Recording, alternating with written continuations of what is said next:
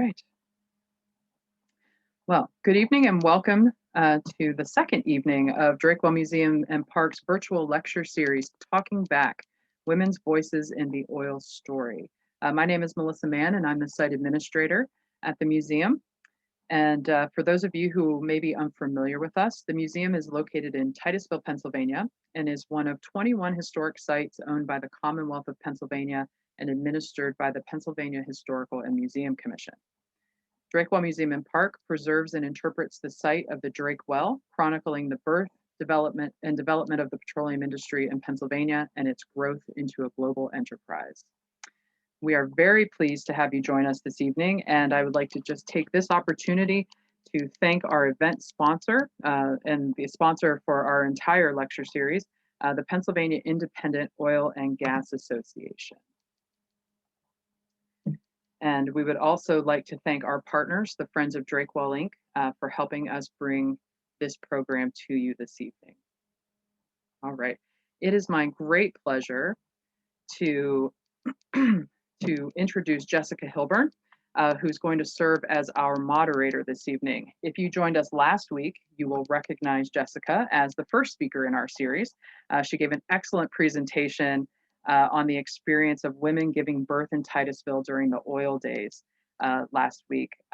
Really, really great and new research, and sparked a lot of questions, a lot of conversation. So we're happy to have Jessica back. Jessica is the executive director of the Benson Memorial Library in Titusville. She holds a Bachelor of Arts in History and Political Science from Mercyhurst University, and a Master's of Art from Edinburgh University. And she will be completing her Master's in Library and Information Sciences from Valdosta State University in 2021. Jessica's writing has been published by Information Today, ABC, CLIO Libraries Unlimited, Library Journal, the Oilfield Journal, and her book, Hidden History of Northwestern Pennsylvania, was published by the History Press. And with that, I'm going to go ahead and turn things over to Jessica. Thanks, Melissa. Before we jump into our presentation, I'm just going to go over a few logistics like Melissa did for me last time. Attendees, your cameras will remain off and your microphones have been muted for the duration of the program. If you would like to ask a question, please use the Q&A feature at the bottom of your Zoom screen. We will hold questions for the Q&A period following the presentation so that Sue can address answers to the entire crowd, but feel free to add them into the Q&A as they come to you. Please also feel free to use the chat feature to make comments or converse with fellow attendees. Amanda Slider, the Associate Director of the Friends of Drakewell, will be monitoring the chat, and she'll be adding resource links for you later in the program. Petroleum history has often been a space dominated by the stories of great men. However, when historians investigate and interrogate historical resources, a diversity of perspectives emerges, including the voices of women. Talking Back, Women's Voices in the Oil Story is a three-part series that explores the work women performed in building the oil industry in Pennsylvania's oil region. Our presenter this evening is Susan J. Bates, historian curator at Drakewell Museum and Park. She earned her MA in Public History from West Virginia University.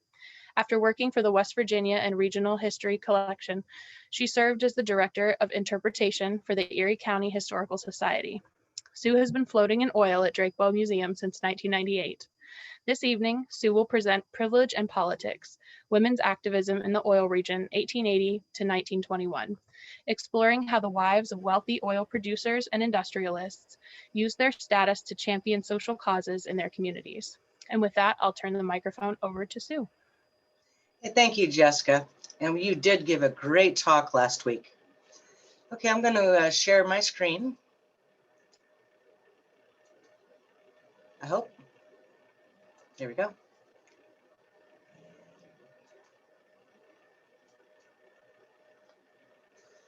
Okay, as men were leaders in the oil industry, their wives were leaders in the community. Using the Victorian social norms to their advantage, they championed education, community improvements, including increasing safety for children, families, morality, and temperance. Women in pioneer oil boom towns established schools and helped start churches. Some of those communities still exist because of their civilizing influence. As some oil fortunes grew, some families moved to more established communities like Titusville. This year's Pennsylvania History Month theme is Valiant Women in the Vote, refusing to be silent. The women I'll be focusing on tonight are a few of these. Alma Sherman was born in Michigan in 1840. With the oil boom offering the promise of more business success, her family moved to Pleasantville. And in 1871, young Alma married a young attorney, Roger Sherman. They moved to Titusville, where Roger started his business, and Alma began raising their children. They joined the Presbyterian Church, and both were active in Bible studies and the missionary societies, and became more involved in the community. According to her obituary, Alma, for the next 51 years, would be identified with practically all phases of Titusville: professional, social, intellectual, educational, philanthropic, and religious. And the doors of her Walnut Street home swung open readily at the touch of any of these interests. In 1883, she and other women helped start the Children's Aid Society. 2 years later, 1885, she and 15 other women organized the Helping Hands Society to help those temporarily destitute, sick, or out of work. Within 12 years, there were 110 children under their care. One lady had been sent to an old ladies' home, and another sent to a hospital for epileptics.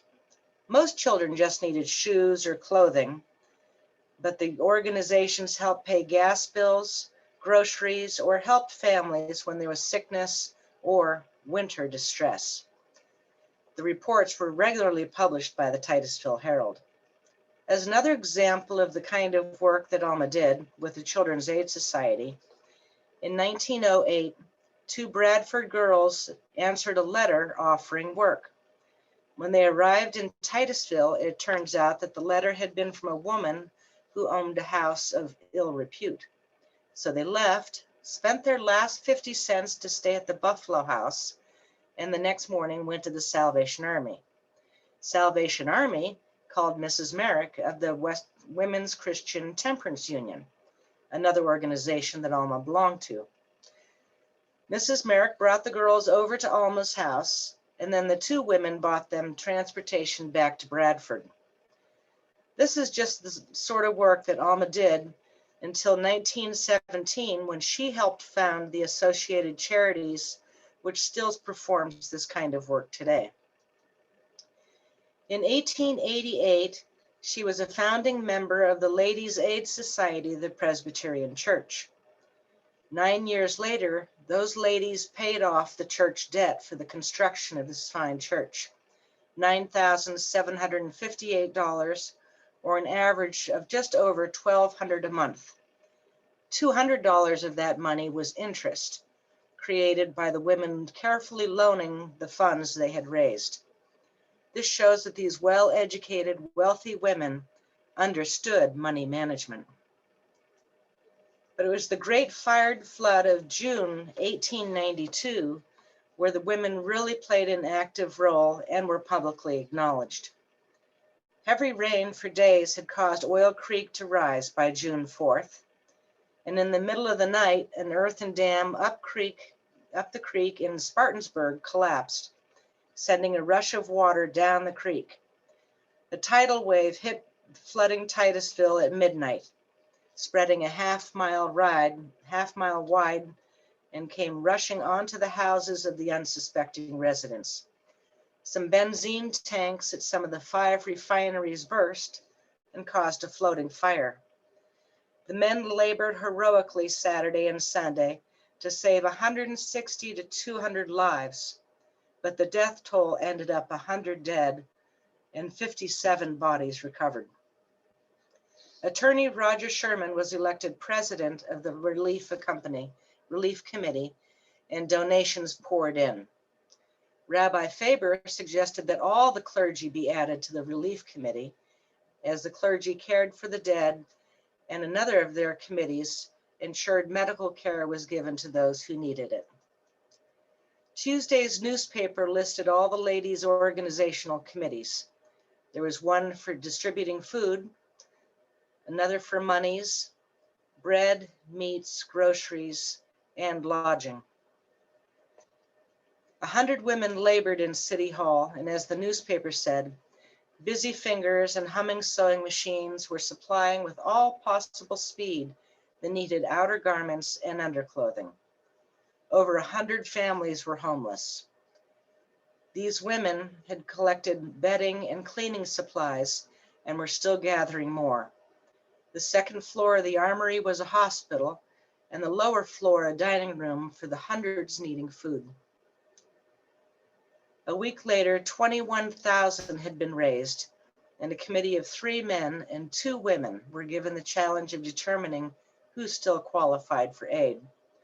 And those 2 women were Alma Sherman and Mrs. Joseph Seep.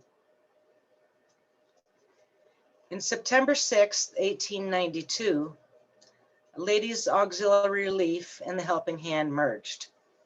The Helping Hand Relief Society selected Annette Grumbine as their president. Annette had graduated from Titusville High School in 1872, a classmate of Ida Tarbell. She later married attorney Samuel Grumbine and was active in the Children's Aid Society with Alma, as well as the Women's Club, and president of this new relief organization. The Titusville Women's Club was formed the same year, with Alma Sherman, Annette Grumbine, and Agnes Benton among the founding members. Meetings focused primarily on broadening the intellectual horizons of the women members. This image shows Annette Grumbine, second from the left, in one of many plays that select women put on for the entertainment and education of their fellow members. A needlework committee was also formed in 1896, and again, the focus was on helping the community by making garments for the needy. Within a year, the Needlework Guild had made 922 new garments, which were to be distributed. And the women were the wives of the National Transit Company executives or individual oil producers or other wealthy businessmen. And this included Alma Sherman.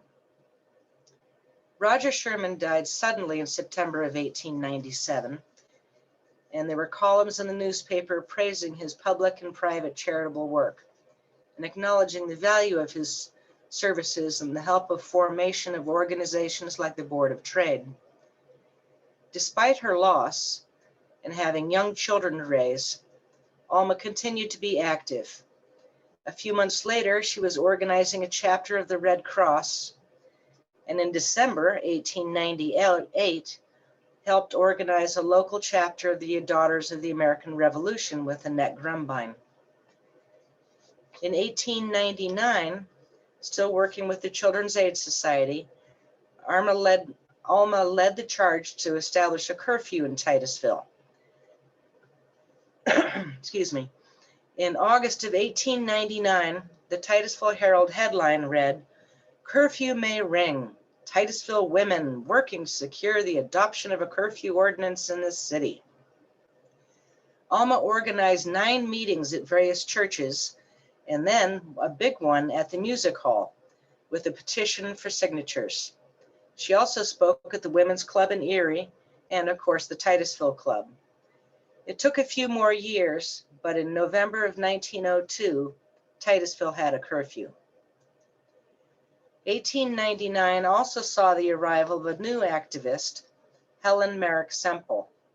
Her husband, Samuel Semple, was the new Presbyterian pastor. So she quickly joined all the Presbyterian organizations, was invited to join the Literary Society in Titusville, and, of course, the Women's Club. Titusville Hospital finally decided to create a women's ward in 1900, and the Women's Club voted to furnish it. These were 2 rooms in the northeast wing, which opened in October of 1891 with 800 visitors.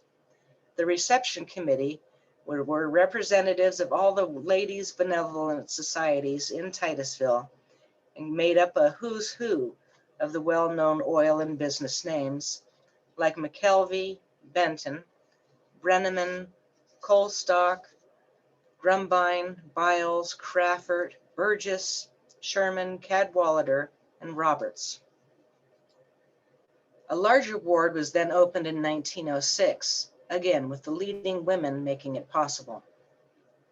Men had formed the Titusville Library Association in 1877 on the second floor of City Hall, with Byron Benson president, also president of the Tidewater Oil Company, and Roger Sherman as secretary.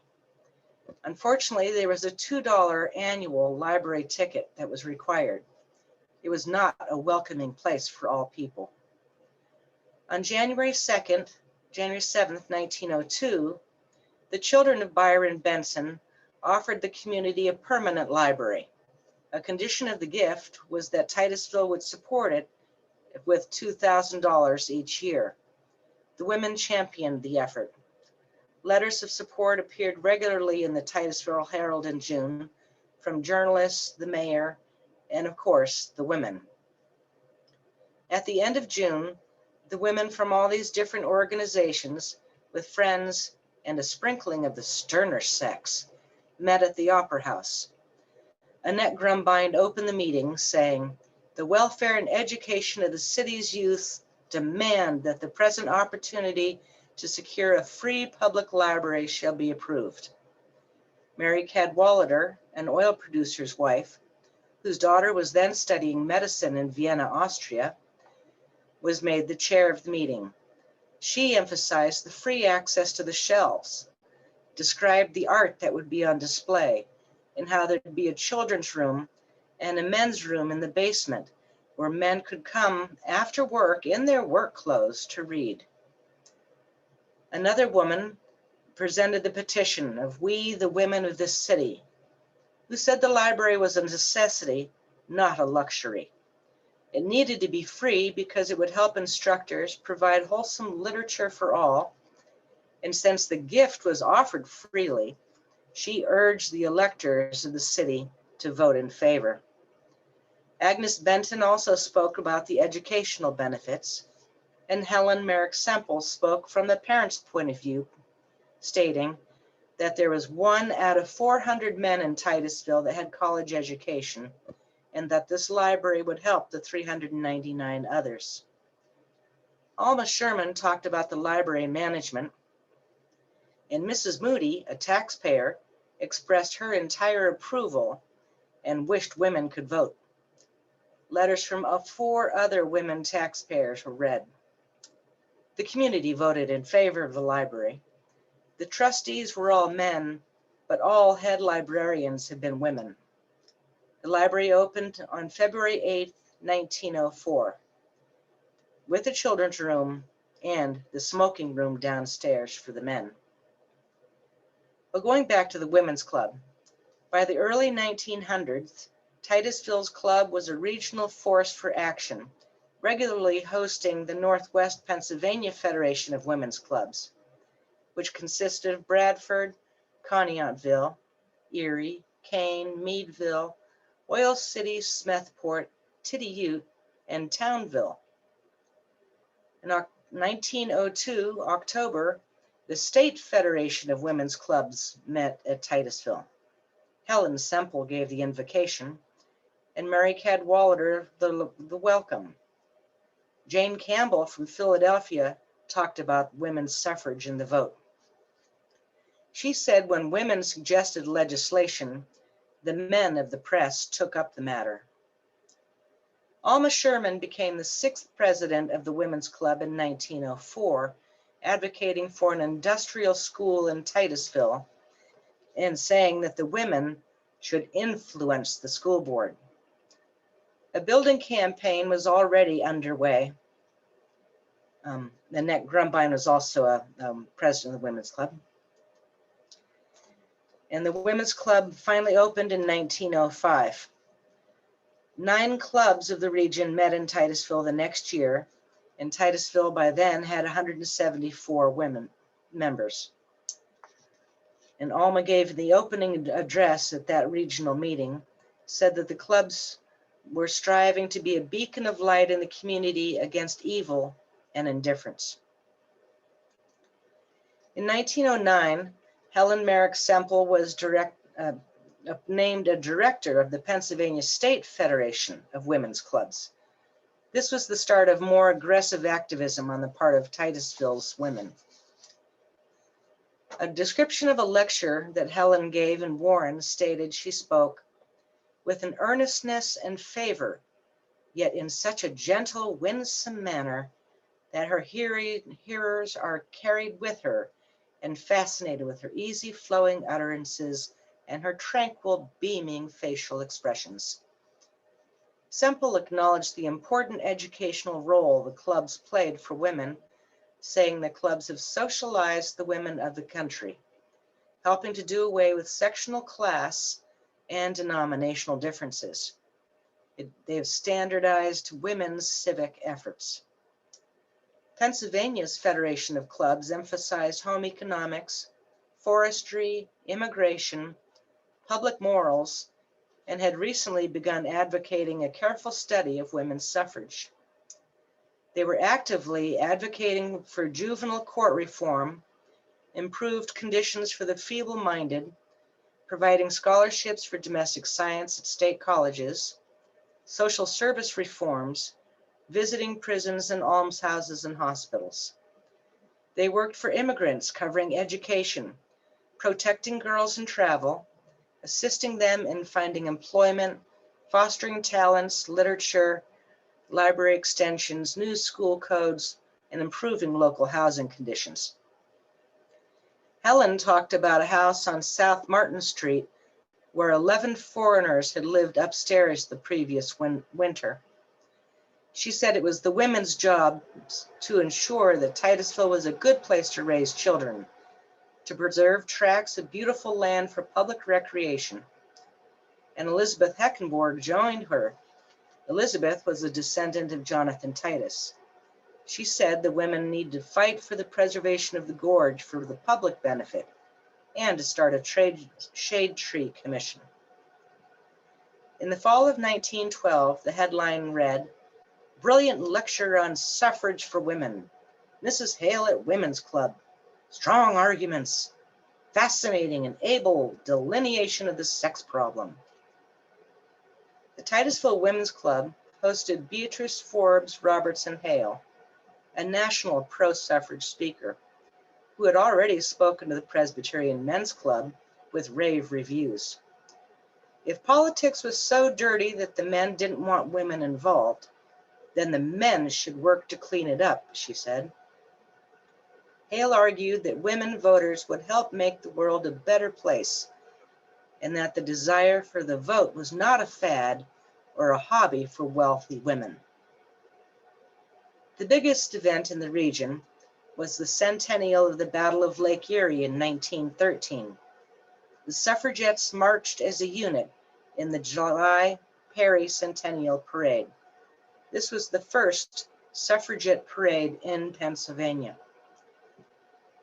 The president of the Pennsylvania Suffrage Association, the president of the Northwest Pennsylvania Equal Franchise Association, and Helen Semple is president of the Federation of Pennsylvania Women, led with the blue and gold banner. Oops, sorry about that. The Liberty Bell float that was used in the Washington Parade was drawn by 60 to 100 Erie suffragettes, and others carried a huge American flag. And women from all over the state, plus Ohio and Buffalo, were marching with them. A banquet of 200 men and women followed, Helen Semple being listed as in the Erie paper among the suffragettes of note. She again represented Titusville and the Pennsylvania Federation of Women's Clubs at an October Northwest Pennsylvania Equal Franchise Association meeting in Erie, and another one in Pittsburgh. In October 1914, the Titusville Equal Franchise Association was organized with, again, the elite of Titusville society at its head. Mrs. Emerson, Mrs. John J. Carter, Mrs. John Emerson, Mrs. John McKinney, John R. Wheeler, Mary Cadwallader, Mrs. Westgate, and of course, Helen Semple. July 23, 1915, a caravan of cars started in Oil City with speeches, then went to Schaumburg, then arrived in Titusville around noon, with Alice Carter escorting the bell that you see here, which had its clapper and chains to signify women's silence. Colonel John J. Carter spoke at the event, as well as the luncheon that followed at the country club, along with out-of-town speakers. The caravan then went to Tidiute and stayed the night in Tionesta. Little Liberty bells were sold, and literature like this was handed out.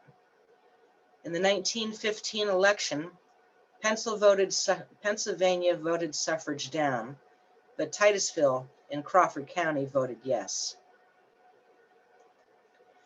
In the summer of 1915, Helen Merrick Semple and others approached Calvin Payne to donate the Canadota Club to the Young Women's Christian Association as a camp to serve all of Western Pennsylvania. The negotiations were successful, and in May 1916, that summer camp opened up. That encouraged all the young girls in Titusville to form their own local YWCA chapter. Obviously, the women of the Women's Club were behind the effort, and 200 ladies and girls attended a public meeting at the high school in June of 1916. Helen opened the meeting, and there were speakers from Philadelphia and Buffalo. Gertrude Howland, the owner of the Empire Pipe Company's wife, led the funding campaign. And again, it was a who's who of Titusville that had created the women's ward of the hospital that were behind this effort. But the girls, following their mother's example, that played the major role, raising $12,000 by the end of September. And within weeks, that number had grown to 37,386. Out-of-town donors included John Archbold, then the president of Standard Oil. The YWCA opened in April of 1917 to promote physical exercise, educational classes, and religious training. The wealthy women of Titusville continued to support the Y for decades afterwards. Helen Semple became the first woman member of the Pennsylvania Industrial Board of Labor and Industry. The board heard testimony about laws or proposed laws governing child or women workers. Helen traveled to Massachusetts to investigate the women's working conditions in the World War I municipal factories for the Pennsylvania Industrial Board. After the war, she spoke to groups across the states on the issue of women in industry and the dangers attending from long hours, lead poisoning, and fire dangers, which affected women more than men because of the combustible materials involved in their work. In 1920, she attended a college women's conference one week, and the next week traveled to Seattle to attend the labor conference of US and Canadian officials. These sorts of activities continued for many years afterwards, and the women of Titusville continued to be involved in the suffrage movement. On the first day of voter registration in Titusville, 1,010 women registered. They gave liberally to all the campaigns to support the Salvation Army, Red Cross, hospital improvements, Women's Christian Temperance Union, World War I Reconstruction in Europe, the Library, the Y, and more. In 1921, after women could vote, Annette Grumbine was the first woman elected to the Titusville School Board, and by 1922, she was president. 1922 also saw Alice Bentley of Meadville become one of 7 women elected to the Pennsylvania House of Representatives, and the next year she was Speaker of the House. When Alma died in 1923, her obituary was a laundry list of accomplishments. She took her share in the suffrage movement and felt deeply the new responsibilities which came to women with the granting of full citizenship. These women made their voices heard and were all the better for it.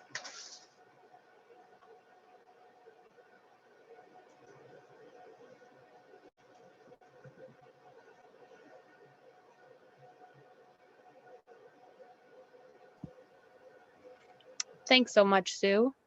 That was great. Learned a lot. Learned stuff about the library, which is also always nice. And you do have some questions in the chat. One question is, how many children did Mrs. Sherman have? You know, I should know this. Not many, 2 or 3, I think. That was it. And then another question from the same asker is, what was the curfew for Titusville? I believe it was 9 o'clock. All right, and then from Jason Weber, there was a focus on men and children with the library, but did the women have any focus on literacy initiatives for women? They did through the Women's Club and the Ladies' Aid Societies of the churches.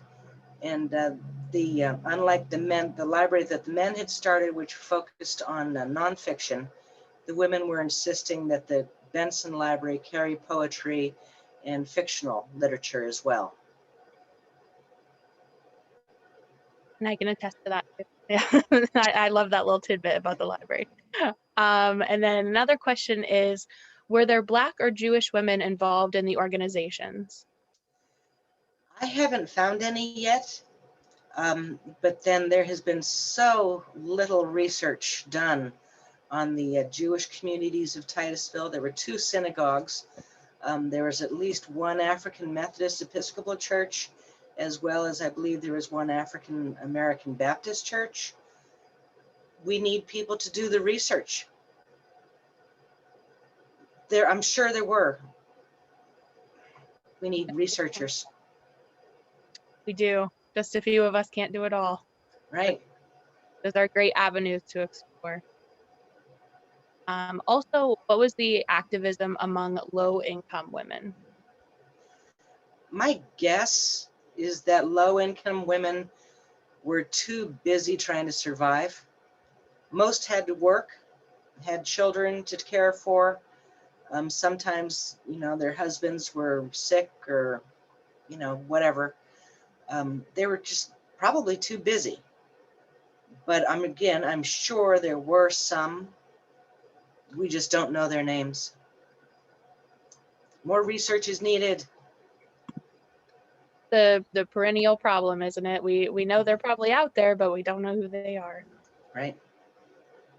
So if anybody else has any questions to put in the chat, go ahead, but I'm going to go ahead and pose our perennial question, which is that one of the museum's strategic goals is to include more perspectives in its telling of the oil story.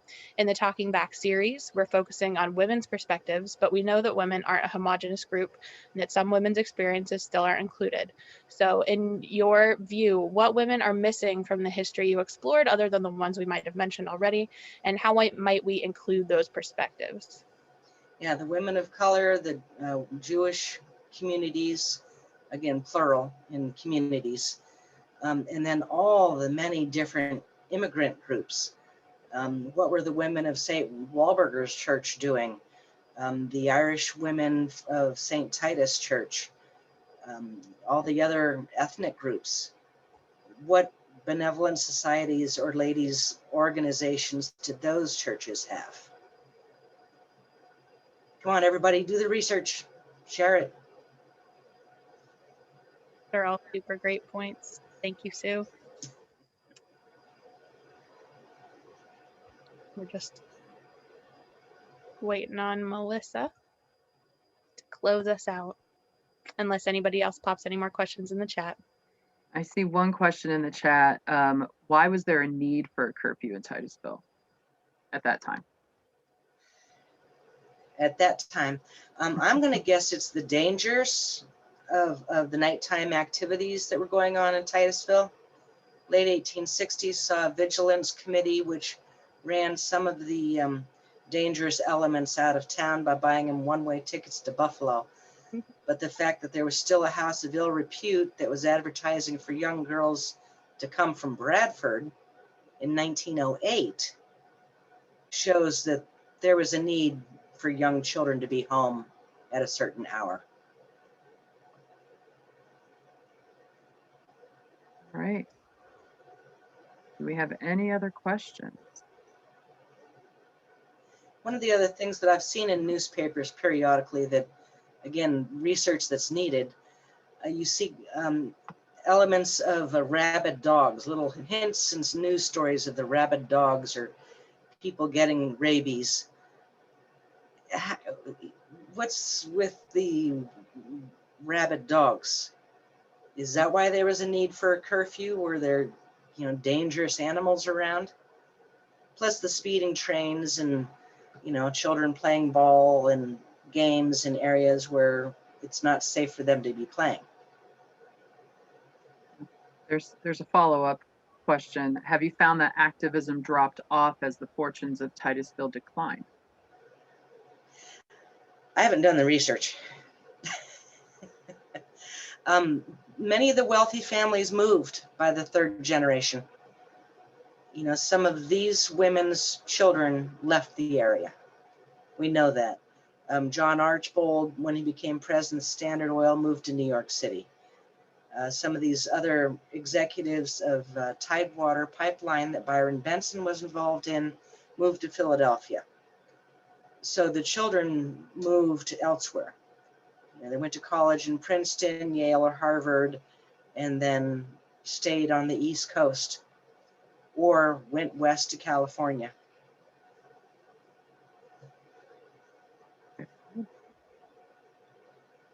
All right. That looks like the last of our questions. Well, thank you, Sue.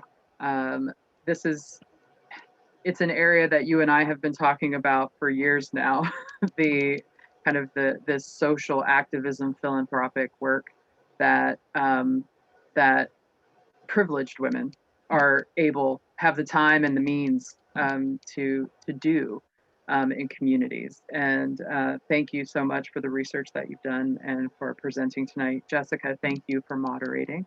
Appreciate it. And thank you everybody for joining us this evening for our second evening of the series. If you enjoyed tonight's presentation, we'll hope you will join us on April 8th for the final installment of the series.